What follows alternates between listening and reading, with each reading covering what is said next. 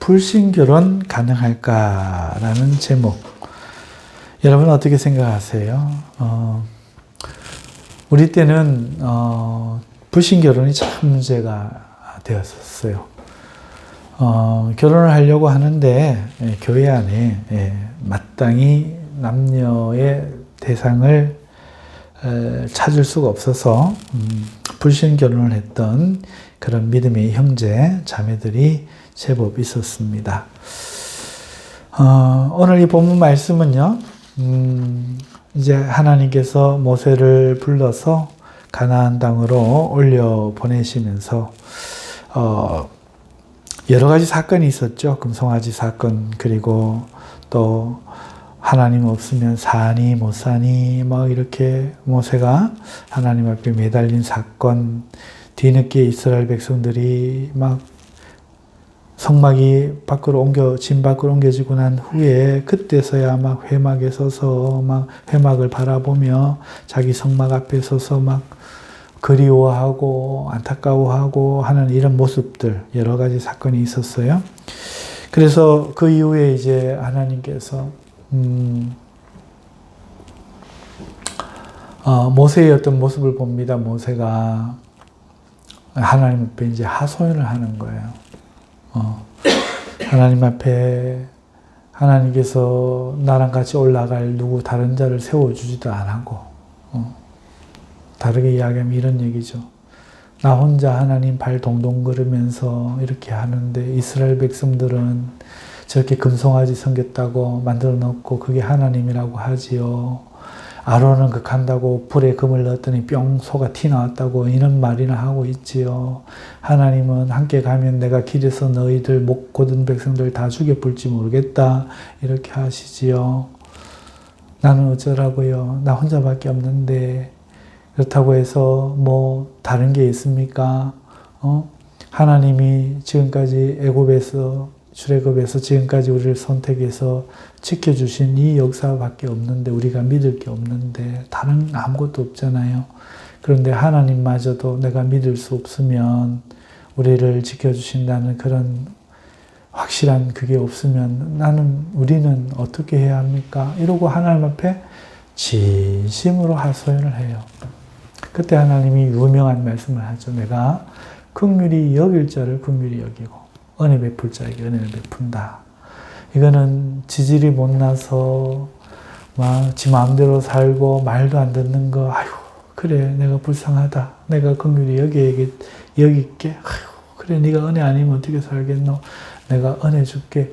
이런 상황에서 그런 사람들에게 주는 말씀이 아니라 모세처럼 처음에는 하나님 불러도 못 가거든요. 됐거든요. 다른 사람 보내시지요. 내 입술이 원래 좀 두꺼워서 발음이 세요. 막 이렇게 했지만 가다 보니 이제 하나님을 아는 거죠. 가다 보니 이제 백성이 안타까운 거죠. 이제는 발을 동동거리고 하나님 나를 버리실지라도 이 백성 버리지 마옵소서. 내가 멸망받을지라도 이 백성 하나님 이 땅에서 죽이시면 하나님 욕먹습니다. 비방받습니다. 이러면서 발을 동동 구르고 있는, 그럼에도 하나님은 내 편 아닌 것 같고 내 못 올라간다. 너끼리 가라 이러질 않아나. 백성들이나 자기 형도 믿을 사람 없는, 그래서 홀로 동동거리는 이런 애탄 심령을 가진 모세에게 하는 말이 이 말이거든요. 네가 바로 내가 긍휼히 여길 자다.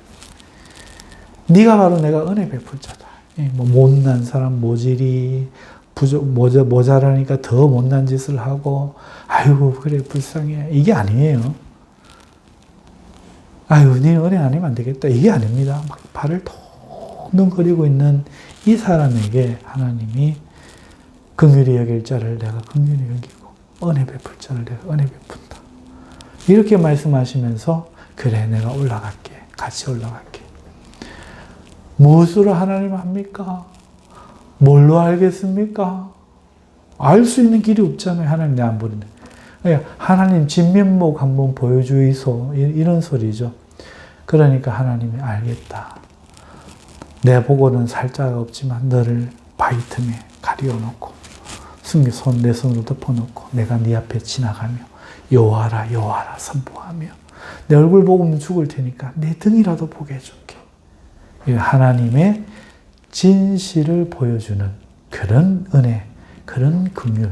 내가 이름으로도 너를 알고 내가 너를 긍휼히 여겨서 너를 안다 말씀하시면서 이렇게 모세에게 큰 은혜를 아무도 본 적이 없던 그 하나님의 영광을 보게 하신 이후에 오늘 이 말씀이 주어집니다. 올라가라고 말씀하시면서 너는 한 가지 약속해라. 한 가지 나랑 언약 맺자. 내가 오늘 내게 명령하는 것을 너는 삼가 꼭 지켜야 된다. 이렇게 말씀하시면서 한 가지 금지 명령을 내립니다. 그것은 무엇인가 하니까 삼가 네가 들어가는 그 땅의 주민들과 언약을 세우지 말라 하는 것이었어요. 11절을 보니까 보라 내가 네 앞에 아모리 사람과 가나안 사람과 헷 사람과 브리스 사람과 히위 사람과 여부스 사람을 쫓아내리니 그 땅에 사는 사람들이에요. 너는 스스로 삼가 네가 들어가는 땅의 주민과 언약을 세우지 말라. 이렇게 약속해라. 언약을 내 명령을 지켜라. 이렇게 말씀합니다. 그리고 그 이유에 대해서 말씀하시죠. 그 이유는 그 언약이 너희에게 올무가 될까 함이라. 이렇게 말씀하십니다. 여러분, 올무라는 것은요, 짐승을 잡는 덫의 일종이죠. 줄로 고리를 만들어서 거리로 통과하면은 짐승이 거리를 통과하면 목을 탁 조여버립니다. 이게 조이긴 조이는데 풀리질 않아요. 그래서 목이 숨이 막혀 짐승을 죽게 하여 잡는 덫인데 너희가 올라가서 내가 쫓아내 버릴 그 땅의 그 주민들과 네가 만약에 너희가 언약을 맺으면 그 언약이 너희를 사로잡는 덫이 될까? 너희를 죽이는 덫이 될까? 하여 금지하신다. 이렇게 말씀합니다. 여러분, 왜 언약을 맺는 것이 덫이 될까요? 언약이 무엇이기에 덫이 될 수 있을까요? 여러분 아시겠어요? 언약이란 게 뭡니까? 약속, 그죠? 약속. 약속이 그렇게 나쁜 건가? 언약이 그렇게 나쁜 건가? 이런 생각이 드실 수 있을 겁니다. 자, 그런데 이 뜻을 우리가 알아봐야 되겠지만 계속해서 말씀을 보시면은 하나님께서 이 언약을 요구하시면서 그러니까 그 땅의 백성과는 절대로 언약을 맺지 말라 금하시면서 오히려 하나님은 우상들을 파괴하라고 말씀하십니다. 너희는 도리어 13절에 너희는 도리어 그들의 제단들을 헐고 헐라 하시죠. 여러분 제단은요 이방인들이 그들의 신들에게 제물을 올리는 제사하는 그 쌓은 단이에요. 단. 이거를 헐어버리라는 거죠. 이는 이스라엘 사람들이 그 땅에 들어가서 가장 먼저 해야 할 일이 뭐냐? 우상 숭배하는 것을 없애라는 거죠. 파괴하라는 겁니다. 그리고 그들의 주상을 깨뜨리고 아세라상을 찍어버리라 이렇게 말씀합니다. 주상이라면 바알이겠죠. 아세라라는 것은 바알은 남신이고 아세라는 여신이거든요. 사랑의 비너스 하는 그게 아세라예요. 비너스. 이탈리아로 와서 비너스가 되었을 뿐이죠. 하나님은 우상을 파괴하라 이렇게 말씀하시면서 그 다음에 뭐라고 이야기합니까? 네가 다른 신들에게 절하지 말라 이야기하는 거예요. 14절에 가면 너는 다른 신에게 절하지 말고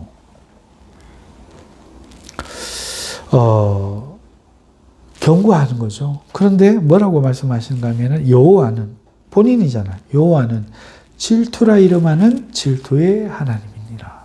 하나님이 질투한대요. 질투.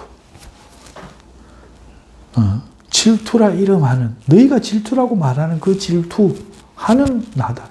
에이 하나님은 거룩하시고 알아도 모른 척 보고도 못 본 척 이렇게 하실 것 같은데 하나님이 질투한대요. 그 하나님을 실제 만나면은 하나님 몰라보는 사람이 많아요. 거지로 오시기도 하고. 예수님도 오시니까 백성들이 몰라봤잖아요. 그러니까 내 고정관념 속에 있는 하나님을 보고 있으면 예수님이 와도 오늘 어제 살펴본 것처럼 못 알아보고 말을 듣고도 이해를 못하고 왜? 내 속에 자기의 생각과 가치관이 꽉 있으니까 그죠? 여러분 하나님은 질투하는 하나님이세요. 사랑에 있어서는 질투하는 하나님이시죠. 그런데 다른 신들에게 절하지 말라. 지금 이렇게 말씀하고 있습니다. 여러분 이 말씀, 지금까지 14절까지의 말씀을 통해서 우리는 언약과 우상 숭배 사이에 어떤 것을 떠올릴 수 있을까요? 자, 이야기 한번 들어보세요. 문맥이 맞아야 되잖아요. 너희는 올라가거든 그 땅의 주민과 언약하지 말라. 그 언약이 너희의 올무가 될까 하노라. 말씀하시는 것과 올라가면 우상 숭배, 단을 헐고 주상과 아세라 상을 찍어버려라. 깨고 찍어버려라. 너는 이것들에게 절하지 말라. 나는 질투하는 하나님이라. 이 사이와 이 언약과 어떤 상관관계가 있을까요? 자, 14절에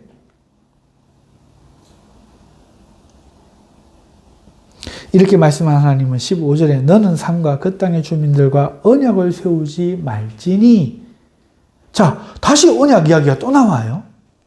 그러니까 언약을 앞에서 금지하신 말씀이 끝나서 이번에는 주상 이야기, 신전 부수는 이야기로 간 게 아니고 지금 언약 이야기가 이어지고 있다는 것이 문맥이지요.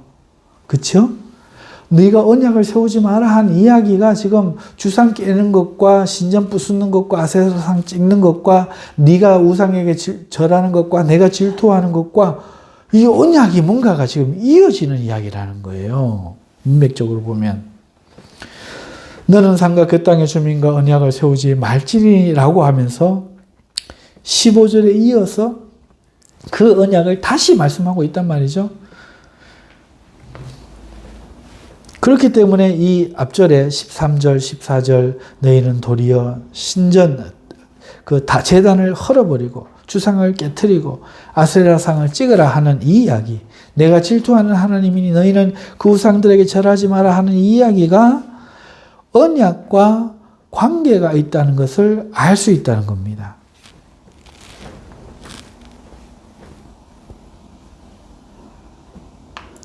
그리고 그 이유를 뭐라고 15절에서 이야기합니까? 15절에 우리가 내용을 보면은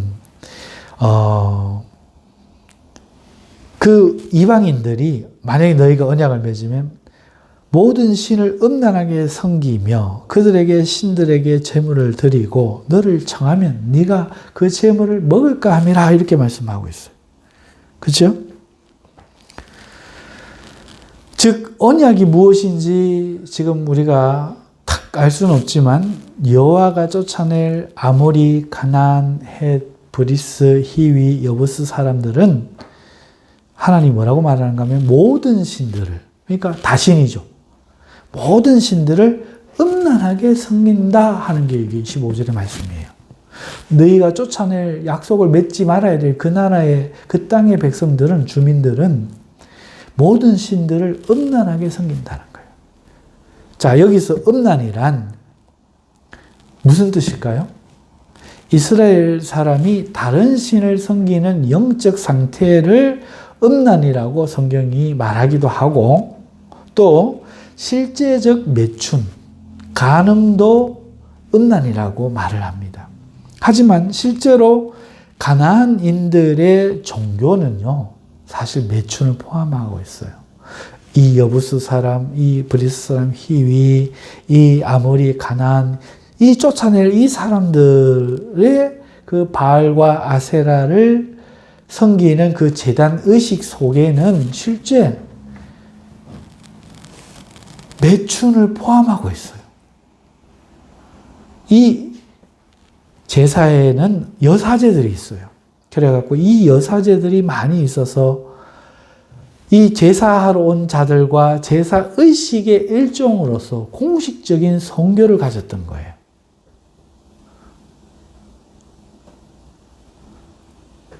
또한 제사하는 자들이 이 선교를 제의라는 명분으로 합법적으로 이성 간의 선교를 하는 거예요. 자기들끼리도.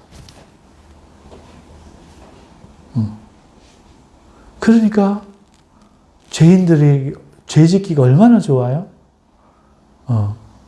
문선명이 그게 왜 통하죠? 나랑 선교를 해야 하나님 피가름을 한다. 딱 이거잖아요. 그 문선명이 10만 명이 넘고 몇십만 명이 넘어요. 왜요? 사람들은 음란한 걸 좋아해요. 제 정명석이 뭐 이래갖고 여성도들 성추행하고 하는 교회 여성도들이 왜 갑니까? 그런 이유죠. 여러분, 이 이방 종교의 제사에는 제물도 있고 제단도 있고 주상도 있고 아세라 부신상도 있지만 이 제사 의식에 실제 이성 간의 선교나 사제하고 선교를 합법적으로 제사라는 명분으로 제의라는 명분으로 가졌다는 거예요. 이런 제의에 만일 이스라엘이 그들과 언약한 이유로, 언약이 뭔지는 모르겠지만 언약한 이유로 초대를 받았다면 안 가면 되는데 초대를 받으면 언약한 사이니 어찌 그 제물을 먹지 않겠는가 지금 말씀하시는 거예요. 자, 제물 먹는 게 문제구나 싶죠? 제물 먹는 게 문제구나 싶죠? 근데 여기서 이 제물 먹는 것이 오늘 기독교인들이 우리 한국 사람 조상들에게 지낸 그 제사상의 음식을 먹는 것과 동일한 말씀일까요? 아마도 이것은요, 그 음식 자체가 문제가 아니고 그 문화에 휩쓸릴까 하여 충동을 느끼고 그 선교에 동참하고 그래서 바알신과 아세라신을 섬기는 행위에 동참할까 하여 하시는 말씀으로 보아야 하지 않을까요? 그리고 그 위험은 언약을 맺음으로 발생한다. 이게 지금 놓치지 말아야 할 주지의 사실이잖아요. 이런 이유 때문에 언약을 맺지 말라 지금 이야기하고 있는 거거든요.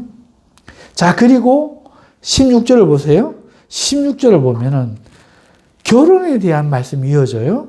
또 네가 그들의 딸들을 네 아들들의 아내 삼음으로 결혼이잖아요. 그죠? 그들의 딸들이 그들의 신들을 음란하게 종교를 바꾸고 들어오면 되는데 그들 종교 안 버릴 거잖아요. 그죠? 시집은 왔지만 제사 때가 되면 그들이 제사한다고 가서 그 신들 그들도 또 음란하게 섬기지 않겠어요? 그러면서 네 아들들에게 그들의 신들을 음란하게 섬기게 할까 함이라 라고 지금 딱 말 그대로 그들의 신들을 음란하게 섬기게 할까 함이니라 정확하게 말씀하고 있단 말이에요. 무슨 말입니까? 그들의 딸들을 네 아들의 아내들로 결혼식을 시켜서 아내를 만들어 주면은 이 딸들이 자신들의 그 신들에게 이 제사 가운데 음란하게 그들을 섬길 때에 네 아들들도 거기에 동참하게 될까 함이라 말씀합니다. 즉 그 땅의 주민의 딸을 아들의 아내로 삼을 때 벌어질 일에 대해서 경고하잖아요. 지금 16절에 그들의 딸들을 네 아들의 아내로 삼았을 때의 일을 지금 자세하게 경고하잖아요. 여러분, 결혼식을 무슨 식이라고 하죠? 다른 말로 언약식이라고 하잖아요. 언약식, 평생의 언약식이라는 거죠. 맞죠? 즉 이스라엘의 아들을 그 땅 민족의 딸들과 결혼하여 한다는 것은 언약을 맺는다는 거잖아요. 언약을 맺으면 그 딸들이 자신의 종교를 따라 제사할 때 아내의 초대를 거절하지 못하고 갔다가 성적인 음란함에 빠져 그들의 신을 섬길까 경고하는 게 16절 아닙니까? 그런데 이 내용이 15절에 너는 삼가 언약을 세우지 말라 하시며 동일하게 나오고 있고, 또 11절에도 너는 그 땅의 주민들과 언약하지 말라 라고 하고 있고, 그것이 너의 올무가 된다 라고 말하는 것은 이 언약이 무엇을 말하는 걸까요? 너는 그 땅의 주민들과 결혼하지 마라. 네 자식도 결혼시키지 마라. 그러니까 이 언약은 실체가 사실은 우리 서로 싸우지 않겠다고 약속 이런 게 아니고 결혼의 언약, 멍에를 같이 매는 언약, 이걸 이야기했던 거예요. 그런데 어디를 봐도 그렇게 해석하지 않습니다, 주석들은. 하지만 아무리 문맥적으로 생각해 봐도 이 말은 같은 뜻이죠. 왜? 같은 내용을 다루고 있으니까. 즉 하나님은 지금 가나안 땅에 올려보내시면서 단 한 가지를 금지시키고 있어요. 선악과 금지시켰던 그 하나님이 너희는 그 땅의 주민과 멍에를 같이 매는 언약, 결혼의 언약을 하지 말라. 선악과 다 먹고 죽었던 것처럼 이 이스라엘 백성이 그럼에도 또 가서 언약을 맺네. 결국은 망하잖아. 에덴 동산에서 쫓겨난 것처럼 결국은 이스라엘 땅에서, 가나안 땅에서 쫓겨나서 어디로 갑니까? 눈 감지 마시고 메소포타미아로 쫓겨나 버리잖아요. 그렇죠? 경고를 해주셔도 사람들 마음에는 이게 안 되는 것 같아요. 자, 사랑하는 성도 여러분, 오늘 말씀은 결국 불신결혼, 오늘로 치면은 불신결혼에 대해서 말씀하고 있다 할 수 있겠어요. 그렇죠? 불신결혼. 불신결혼을 금하는 거죠. 그래서 우리 교회 내에서 신앙인들은 불신결혼을 금했고, 그래서 오늘 우리가 청년 때 결혼 문제로 그토록 논란이 많았고 어려움을 겪었던 거죠.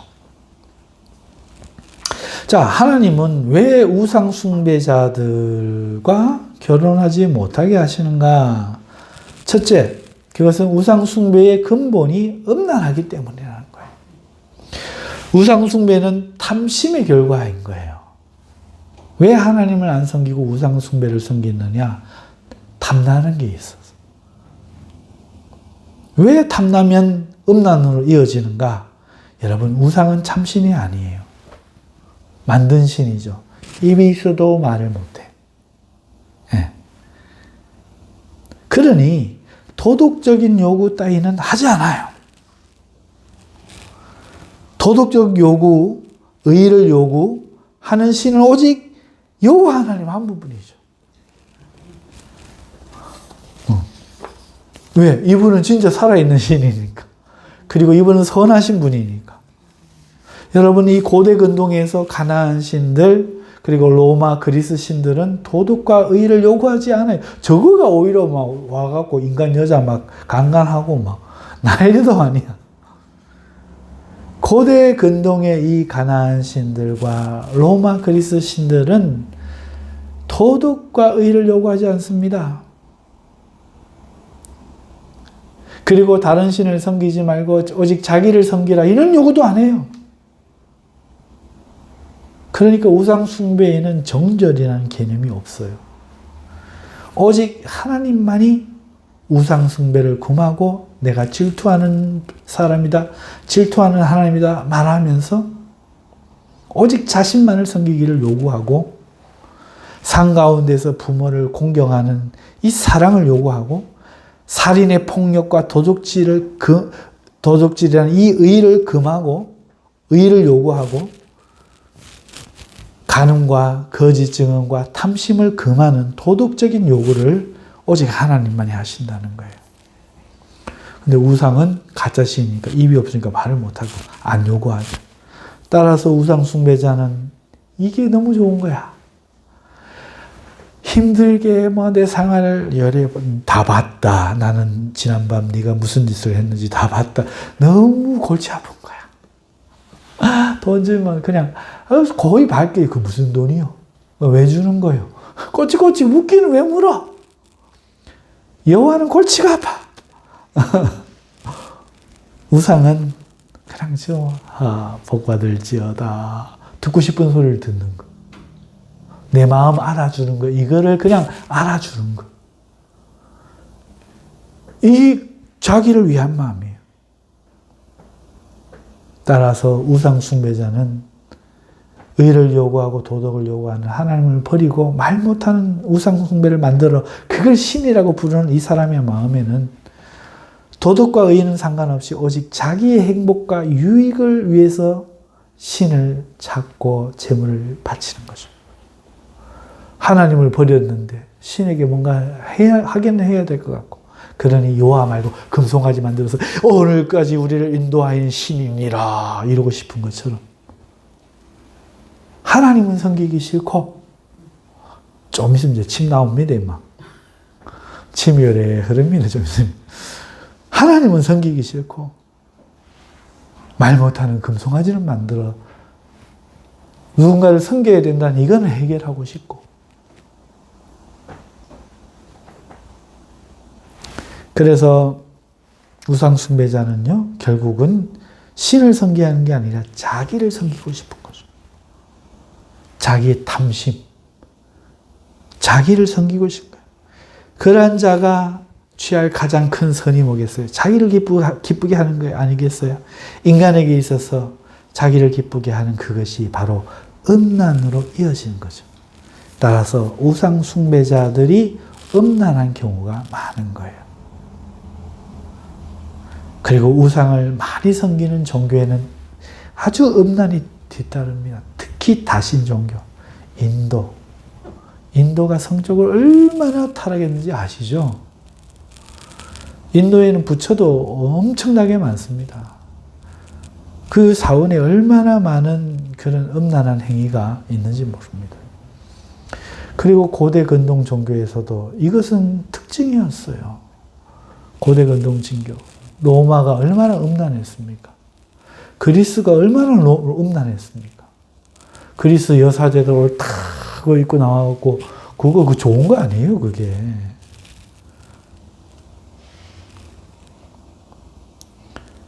왜? 자기를 기쁘게 하려고 살아가요. 하나님을 두려워하지 않으니. 그게 결국은 음란으로 나타나는 거죠. 그래서 우상숭배는 탐심은 우상숭배. 그리고 우상숭배하는 자는 결국 음란. 이렇게 나타나는 겁니다. 따라서 거룩함과 의를 요구하시는 하나님의 백성이 우상숭배하는 자들과 결혼을 하면 하나님의 요구를 지키기를 어려워요. 여러분, 인간의 죄성은 강합니다. 그런데 의를 향한 힘은 약해요. 그래서 보통은 죄성이 이겨요. 그래서 선을 행하기 원하는 내게 악한 것이 같이 있다, 바울이 고백하면서. 내가 선을 원하나 선을 행한 능력은 없는데 육체 가운데 나를 사로잡으러 오는 육체의 법이 있다, 말을 하는 거죠. 이 죄의 법은요, 사도 바울도 못 이겨요. 성령의 법 아니고는 이길 수가 없어. 왜? 인간은 타락했으니까 이미 에덴 동산에서 타락해서 타락한 상태이기 때문에 의가 뭔지 알고 선이 뭔지 알아도 놔두고 죄를 짓는 거예요. 그런데 불신결혼을 하면 어떻게 되겠냐는 거죠. 당연히 이 유혹에 넘어갈 가능성이 큰 겁니다. 그래서 하나님께서는 이스라엘을 택해서 애굽에 살게 안 하시고 가나안 땅에 데리고 오셔서 가나안 민족과 같이 살게 하신 것이 아니라 이 가나안 민족을 다 쫓아내고 그들 홀로 살게 하는 거예요. 애굽에도 아니고 가나안 땅에 가나안 민족도 아니고 그들을 택하여 교육과 율법이 정하는 형벌로 그 죄성을 다스려서 하나님의 백성답게 살게 하시는 거죠.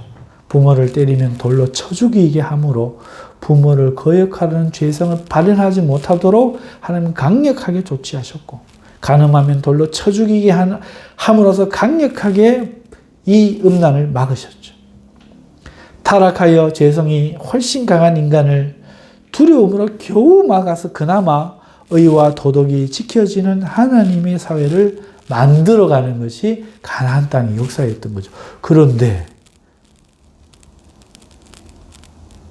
기껏 만드시는데 결혼해버리면 이게 다 허물어지는 거죠. 왜? 사람은 약하니까요. 불신결혼을 통하여 여러분 죄의 유혹이 들어오면, 눈앞에 펼쳐지면 사람들은요, 두려움보다 더한 쾌락의 유혹에 떨어질 것이 분명합니다. 부모님한테 혼날까 뻔히 하면서도 주머니 돈 훔치는 아처럼.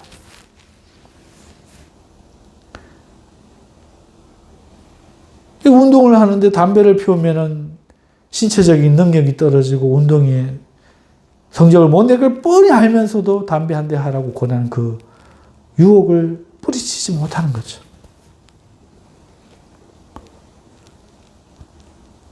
음란한 영상을 보면은 신앙이 나빠질 것을 뻔히 알면서도 그 유혹을 떨치지 못하는 청년들처럼.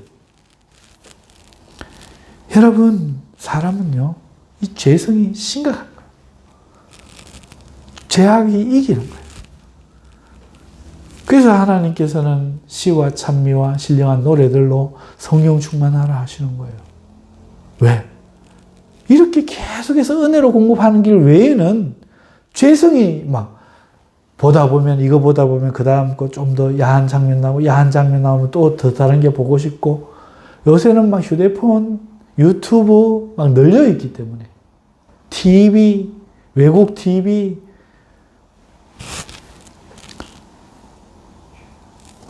그렇기 때문에, 이런 것을 알기 때문에 하나님께서는 구약의 백성들을 아주 강력한 형벌을 통해서 죄의 삶을 살지 못하게 구별하여서 그들만 따로 분리, 이게 거룩이거든요. 구분되다, 구별되다, 거룩해지다, 이런 뜻이에요.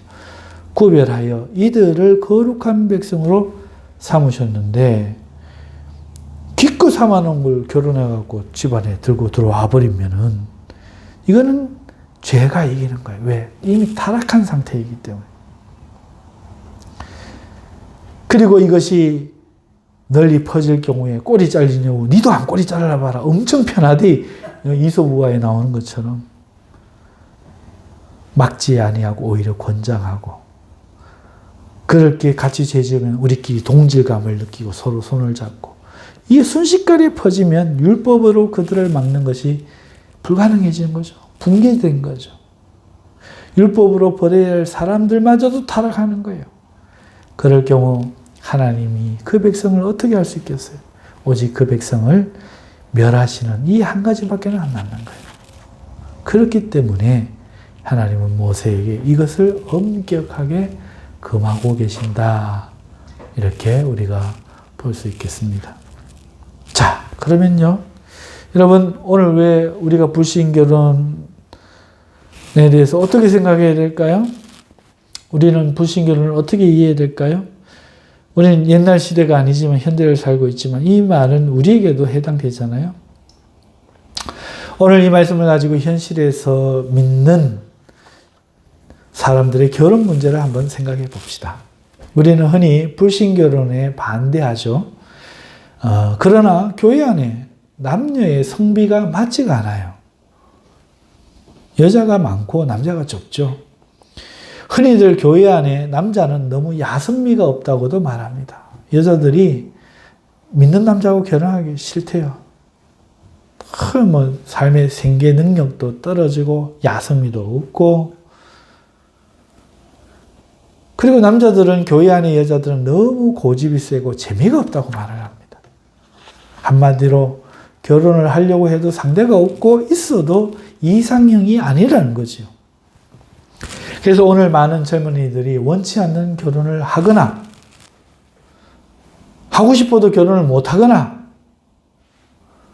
결혼을 하고 싶으니 불신결혼이라도 선택하는 게 현실이죠. 불신결혼에 반대하는 부모들의 입장, 우리는 이해가 가죠. 하지만 신앙인과 결혼해도 불신결혼보다 결코 행복하다고 말할 수 없는 이혼의 현실도 부정할 수 없는 거예요. 그러니 이 시대에 신앙에 있어서 결혼은 아주 큰 문제죠. 큰 문제입니다, 진짜. 며칠 전에 통계에는 많은 부부들이 이혼을 하고 이혼이 50%가 넘었대요. 둘 중에 하나가 이혼을 했대요. 둘 중에 하나가. 장난 아니죠? 이혼을 했고 그냥 홀로 된 사람들이 이제 교회를 가면은 재혼해야지. 이제 교회가 이제 이걸로 날린 거예요. 가기도 싫고 터치하는 것도 싫고 이제는 이혼이 너무 당연시되고. 왜? 이혼한 사람들이 많으니까. 남자도 이혼을 하면 뭐 교인 몇 명 안 되는데 교회는 그 생각 못 하지만 1000명, 2000명 되면은 저기도 솔로다, 저기도 돌싱이다, 저기도 돌싱이다. 교회에서 가만 보면 이건 난장판도 이런 난장판이 없는 거죠. 거기다 어른들은 아이고 혼자 살면 안 돼. 더 나이 들기 전에 결혼해. 이러면서 자꾸 결혼을 권장하죠.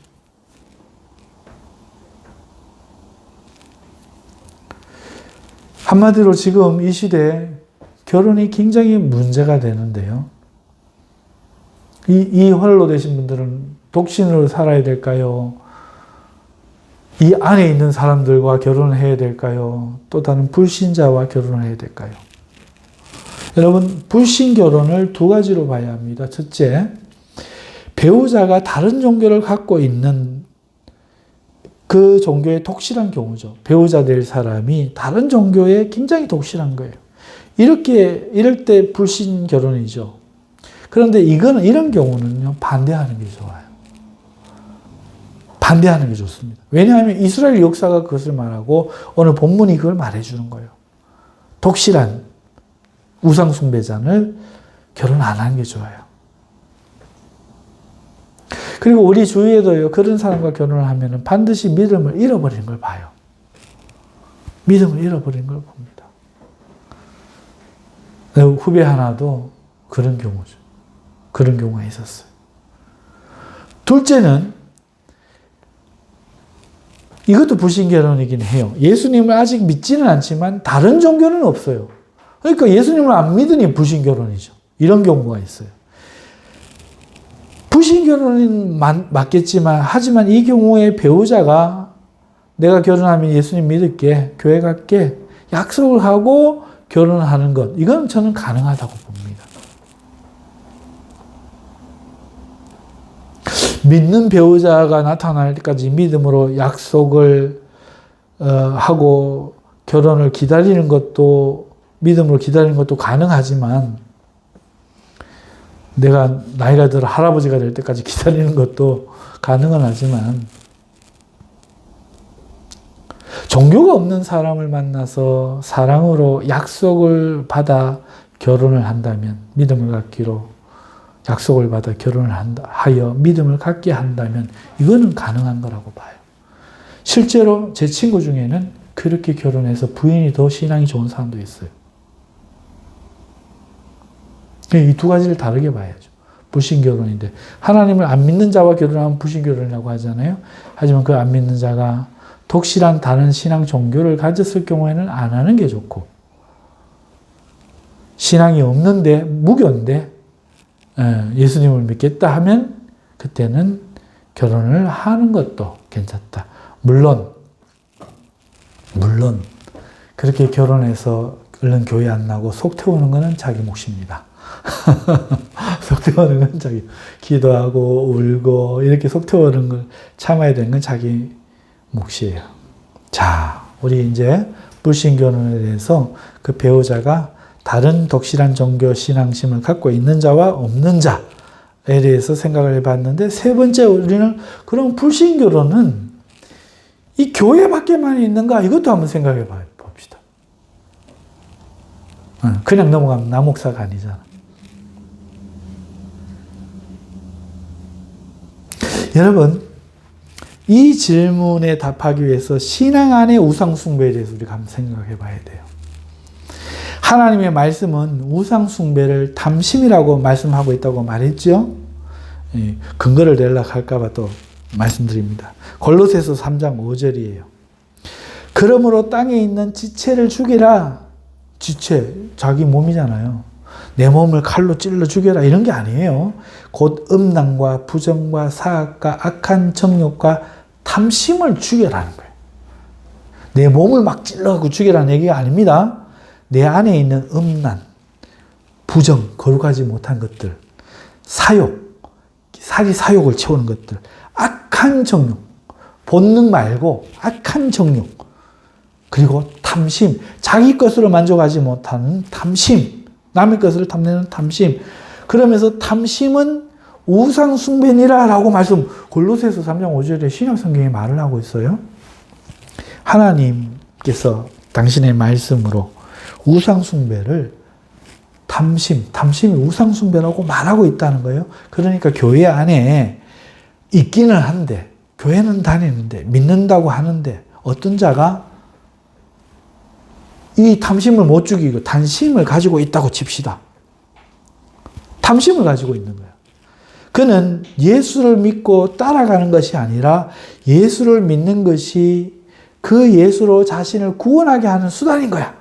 내가 천국은 가야겠으니까 교회는 다니는 거지.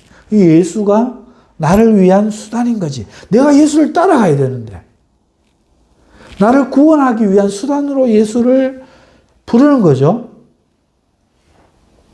그 예수로 내 기도를 들어주어 이 땅에서 내가 원하는 것들을 공급하는 능력, 통로, 비밀번호로 예수의 이름을 사용하는 거예요.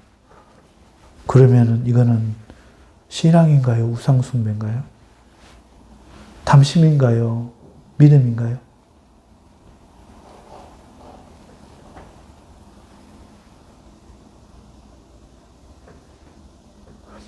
오늘 오전에도 살펴봤지만 이스라엘 백성들이 예수를 자기 낡은 그 민족을 고치는 새 천으로 갖다 붙이려고 하고 예수님의 그 하나님의 은혜의 천국의 복음을 자기들의 부대에만 가두려고 하는 그건 안 되는 거예요. 그죠? 마찬가지로 오늘 이 땅에서 어떤 사람이 교회는 다니는데 지금 불신결혼 이야기하는 겁니다. 교회는 다니는데 이 사람들과 결혼하면 무조건 불신결혼이 안 되는 거 이야기하는 거예요. 어떤 사람이, 어떤 남자가, 어떤 여자가 탐심으로 하나님을 부르는 거야. 그러니까 주를 위해서라면 이 계집종이 애 배하고 돌 맞아 죽는 것도 좋겠사오니 마음대로 하시옵소서 이렇게 마리아 같은 게 아니고 죽으라 하면 죽고 살라 하면 사는 거고 내가 먹으나 사나 주를 위해 사는 것 뿐입니다. 이렇게 하는 게 아니고 교회를 다니고 믿는다고는 하는데 예수를 믿고 따라가는 것이 아니라 예수님을 주로 따르는 것이 아니라 예수를 나를 따르라. 내가 오늘 대학 가는데 시험 치러 가는데 나를 따라와서 나쁜 놈들로부터 나를 지켜주고 나를 대학에 붙게 해주고 나를 돈 벌게 해주고 내 가정 지켜주고 내 건강 주고 내 병 고쳐주고 나를 위해 일하세요.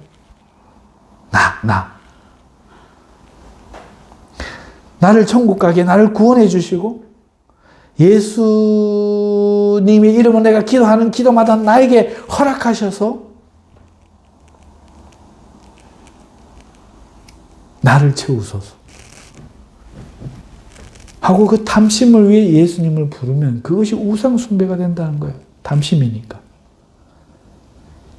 그런 신앙생활, 즉 탐심으로 하나님을 부르며 사는 사람과 진실로 주를 따르며 그의 명령을 행하기로 한 어떤 사람이 결혼을 한다면 이거는 우상숭배라 할 수 없는가요? 어쨌든 예수님을 믿고 있으니 불신결혼은 아니라 누군가는 말하겠지만 그렇다면 표면적 유대인이나 내면적 유대인이나 차이가 없다는 말과 다르지 않습니까? 똑같지 않습니까? 유대인이 표면적으로나 내면적으로나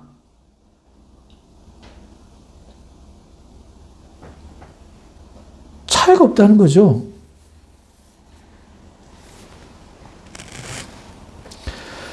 유대인이 표면적으로만 유대인이어서는 아니 되고 내적으로도 참 유대인 되어야 한다는 거잖아요. 그렇다면 예수님을 믿는데 그 교회 다니는 행위만 있고 고백만 있고 내적으로는 주를 따르고 주를 섬기고 자기를 들이미야 되지 않고 섬김이 아니라 주를 통해서 나를 섬겨주시기를 말로만 주여, 이스라엘 백성들이 말로만 예수님을 왕으로 삼은 것처럼 말로만 주여 주여 주여 하면서 나를 드리고 내가 하나님을 섬기는 게 아니고 나를 행복하게 하시고 나를 섬겨주옵소서 한다면 이거는 내면적으로는 기독교인이 아닌 거 아닌가요? 표면적 유대인과 내면적 유대인을 나눌 수가 있다면 외형적 기독교인과 내적 기독교인을 나눌 수 있는 거 아닌가요? 그리고 그것이 탐심이 십자가에 못 박고 주를 사랑하는 마음으로 따르는 것과 내 탐심을 위하여 주의 이름을 부르면서 주를 따르는 것으로 나눌 수 있지 않을까요? 그러면 이런 사이에 결혼하는 것은 불신결혼 아닌가요? 여기까지도 우리가 생각을 해봐야 합니다. 저는 이런 경우 불신결혼이라 볼 수 있다고 생각합니다. 우리가 이 땅을 살면서 다른 이의 신앙을 척 보고 아는 것은 쉽지 않아요. 어떻게 알아요? 턱 보고 보인다. 이럴 수 없죠. 우리 몰라요. 우리는요, 말로 주를 믿는다 하면 예수님을 믿는구나 이렇게 생각하죠. 교회를 다니고 있으면 다 같은 그리스도인이다, 동일한 그리스도인이다 이렇게 그냥 보는 겁니다. 왠지 느껴지는 위화감 이런 것은 조금 있어도 우리가 눈빛만 보고 말 한두 마디 들어보고 단박에 그를 알아볼 길은 없죠. 하지만 우리는 신앙인이라는 사람들 가운데 때로 이질감을 느낄 때가 얼마나 많습니까? 저 사람 이상해. 뭔가 달라.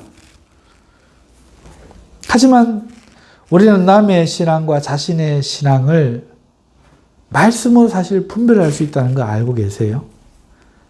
우리는 말씀으로 신앙을 분별할 수 있어요. 세상을 사랑하는가 하나님을 사랑하는가 이걸 통해서 우리는 알 수 있어요. 이것이 시금석이에요. 어떤 이가 교회는 다니는데 세상의 성공, 명예, 안락, 돈 이런 걸 사랑한다. 그런데 하나님의 영적 일에는 관심이 없다. 그럼 우리는 그 사람이 하나님을 사랑한다고 생각할 수 있습니까? 아니면 세상을 사랑한다고 생각할 수 있습니까? 하나님이 아니라 세상을 학교, 교회지만 학교, 기도, 세상, 일이면 세상, 교회 행사, 자기 집안일, 집안. 그러면 이건 이 사람은 하나님이 아니고 세상을 사랑하는 거죠. 주를 위해 그 어떤 손해도 안 보려고 하면 그거 이상한 거 아닌가요? 하지만 어떤 이가 하나님을 위해 기꺼이 신앙을 위해 기꺼이 고난을 감수하고 인간의 권리와 행복과 유익을 포기하고 그러고도 영적인 결단을 할 때는 우리가 그를 보면서 저 사람이 하나님을 세상보다 더 사랑한다 이렇게 우리가 알 수가 있는 거잖아요. 하나님을 사랑하는가 세상을 사랑하는가 보고 그걸 알 수 있다는 거죠. 같은 원리로 우리는 다른 이의 간구, 기도를 통해서도 그를 알 수 있습니다. 어떤 이의 기도가 하나님을 자신의 지갑을 채우는데 기도를 사용하는 거예요. 기도의 내용이 하나님 돈 주옵소서, 부동산 오르게 하옵소서, 집 사게 하옵소서, 뭐 하게 하옵소서 전부 돈과 관련돼서 자신의 인생을 기름지게 하는 것이에요. 행복하게 하옵소서, 우리 식구 잘 되게 하옵소서, 뭐 되게 하옵소서 이런 기도 하지 말라는 얘기는 아닌데 이 기도뿐이야. 나를 도우소서, 나를 행복하게 하소서, 내 원수를 갚아오소서, 억울합니다. 전부 자기를 돕는 이거 기도뿐이고, 여호와의 이름이 비방받는 이 현실, 악한 마귀의 영적 여러 시험들에 대해서 민감하게 느껴서 그것으로 인해서 안타까워 기도하고 하는 이런 것이 전혀 없이 오직 세상 것밖에 없다면은 그거는 그 사람이 담심으로 하나님께 기도하는 거죠.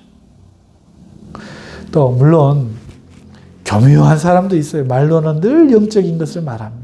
충성을 말하고요. 잘못된 것을 말하고요. 교회의 여러 비성적인 것들을 고발하고요.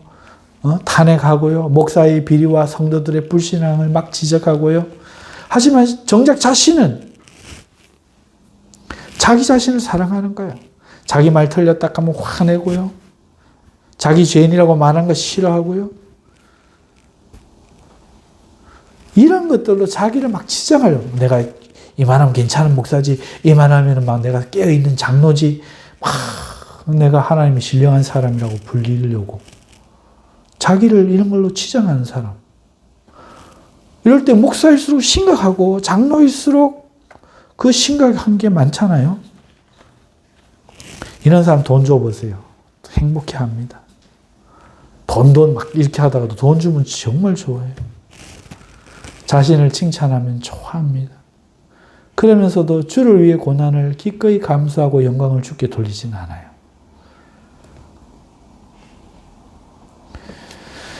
물론 참 신앙인이요 참 하나님의 부르신 백성임에도 아직 참된 지식이 없어서 받은 신앙 교육이 잘못된 것이어서 그럴 수도 있긴 해요. 잠시 몰라서 혹은 욕심의 시험을 받아 잠시 넘어진 경우도 있어요. 그럼에도 진짜 하나님의 택함을 받은 백성 속에는 그의 내적 갈등이 있다는 거예요. 그리고 회개가 있다는 거예요. 그의 속에 나타나는 그의 내가 이거에 안 맞는데 하는 내적 갈등과 회개는 그가 하나님의 사람임을 숨길 수가 없는 거죠. 우리는 어떤 사람을 척 보고는 알 수 없어요. 그의 행실을 보고 알 수 있죠. 그의 모습이 숨겨지지 않도록 나타나기까지는 우리가 확실히 알 수 없어요. 하지만 성령께서 우리에게 경고하여 주시죠. 우리는 자신이 시험에 들까 봐 무지하여 범죄할까 봐 늘 조심하고 다른 이들을 판단하는 일에 정죄하는 범죄를 짓지 않도록 주의하고 조심해야 하겠지만 그럼에도 늘 다른 이들을 경계하는 마음도 잃지 말아야 된다는 거예요. 목사라고 다 믿고 장로라고 다 믿고 교회 다닌다고 다 믿어서는 안 된다는 거죠. 하나님을 사랑하고 참으로 거룩하고 참으로 자기를 포기하고 하나님을 부르는 신실한 믿음이 있는가 우리가 살펴보아야 하고 오직 자신의 일신의 문제와 자기 인간의 일들을 위해서 살아가는가 분별해 보아야 하는 것이죠. 하물며 이 문제도 중요한데 결혼이라는 제도를 통해서 몽해를 함께 매는 이 인생이 걸린 문제에 있어서야 이 분별을 하는 것이 얼마나 더 중요하겠어요. 자, 불신결혼에 대해서 3가지 하겠습니다. 하나는 믿지 않는데, 믿음은 없는데 다른 우상을 독실한 신앙을 갖고 있는 사람 결혼하지 마라. 2번째, 다른 종교는 없지만 하나님도 안 믿고 있어. 하지만 결혼하면 하나님을 믿기로 사랑하니까 믿기로 약속을 하고 결혼하는 경우는 가능할 수 있다. 불신결혼을 할 수 있다. 하지만 그가 오기까지 진짜 신앙을 갖기까지 기도해줘야 할 몫은 결혼한 사람의 몫이다. 3번째, 교회 안에서 결혼이라고 꼭 믿음의 결혼이라고 볼 수는 없다. 교회 안에서도 불신결혼이 있을 수 있다. 어떻게 되면 그 사람이 거듭난 신앙이 아니라 탐심으로 아직 음란과 탐심을 죽이지 못한 육신의 지체를 죽이지 못한 사람이라면 이 부분은 조심해야 된다. 그럼에도 결혼을 한다면 그 역시 그가 변하기까지 눈물을 흘리고 기도하고 해야 될 것은 본인의 몫이다. 이 불신교론에 대해서 말씀드렸습니다. 우리가 모세를 통해 주시는 이 하나님의 경고를 오늘 보면서 첫째, 우상 숭배자와 언약을 통해 결혼의 멍에를 매지 말라. 우리를 알 수 있겠고요. 바울의 가르침으로도 이는 이어지고 있어서 올바른 해석이라 하겠습니다. 둘째, 불신결혼을 반대하는 것은 우리의 연약함이 불신결혼을 하는 경우보다 신앙인이 함께 살 때 더 보호받는다는 사실 때문임을 우리가 알고 불신결혼을 하지 말아야겠다. 셋째, 타 종교의 독실한 사람과의 불신결혼을 금하는 것이 좋고 다른 종교가 없는 불신결혼이 있으면 약속과 많은 기도 가운데 결정해야 한다 하는 사실이고요. 넷째, 같은 신앙인이라 할지라도 배우자 될 사람이 참으로 출애굽한 신앙, 거듭난 신앙인지 살펴보아야 하고 그리스도를 사랑함이 없이 아직 세상적이라면 그 교훈을 통하여 역시 많은 고통이 따른다는 것을 기억해야 합니다. 다섯째, 그럼에도 그 남편이나 아내가 변화될 가능성, 기회가 있기 때문에 이걸 또 부정해서는 안 된다 하는 것입니다. 마지막 제가 하고 싶은 말은 여섯째인데요. 앞에는 이미 다 언급했고 가장 좋은 것은요. 오늘 독신의 사람들이 진짜 믿음을 가진 배우자를 위해 간절히 기도하는 것은 물론이지만 기도하고 기다림만 있지 말고 적극 온 교회를 다니며 찾기를 주님의 이름으로 축원합니다. 이 개척교회에 있어봐야 안 돼. 못 찾아. 늙어 죽을 때까지 오기를 기다리지 말고 기도하고 이런 여자 주옵소서, 이런 신랑 주옵소서 기도하고 다른 교회 가요. 큰 교회 가요. 있는 교회 가요. 가서 그 여자가 그 남자가 참으로 올바른 신앙을 갖고 있는지를 점검하시라고요. 찾아내세요. 찾아갖고 본교회로 돌아와도 좋고 그렇지 못하고 그 교회 남아도 그 또한 하나님의 인도하심이 있을 수 있다는 거예요. 뭐 우리 교회만 좋은 교회입니까? 하나님 흩으면 흩는 거고. 그죠? 그러니 기다리만 있지 말고 기다리다가 불신 여자가 유혹하면 이것도 또 기회인가. 또 기다리고 있다가 신앙이 좀 별로라도 이것도 또 기회인가. 이러지 말고 기도하고 원하는 사람 기도하고 나는 키가 170 이상은 돼야 되겠습니다. 나는 허리가 가는 사람이 좋습니다. 기도하고 가서 찾아요.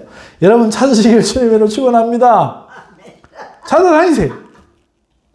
청각들 찾아다니세요. 그리고 결혼을 한 후에 본인들이 섬길 교회를 정해도 늦지 않다. 사랑하는 성도 여러분, 결혼 문제는 중요합니다. 불신결혼 가능한가?